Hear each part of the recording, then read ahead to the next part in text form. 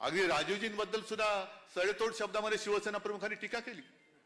पण कधी त्या काळामध्ये शिवसैनिकाच्या घरी ईडी, इन्कम टॅक्स, सीबीआय आलेलं मला आठवत नाही.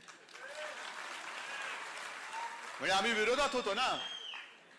आता तर आम्ही यांनाच डोक्यावरती भूत बसवलं आम्ही. अनेकदा काय होतं की माणसं कळायला काही वेळ जावा लागतो. राजीवजी कसे होते जरा कळायला वेळ लागला, तसं आत्ताची लोक कशी आहेत हे कळायला थोडा वेळ लागला. पण माणसं कळल्यानंतर आपण सुधारलं पाहिजे. आज जेव्हा मला कळलं की हे आमचा दुरुपयोग करून आम्हालाच लाथा घालायला लागले, म्हणजे जो फरक आहे राजीवजी आणि आत्तांच्या मध्ये की आम्ही विरोधात होतो तरी देखील आमच्याशी कधी राजीवजी सूड भावनेने वागले नाही, हे मी स्पष्टपणाने मोकळेपणाने सांगतो.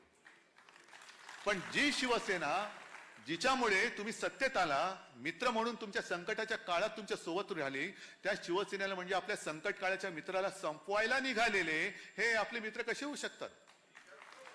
हे कसे होऊ शकतात?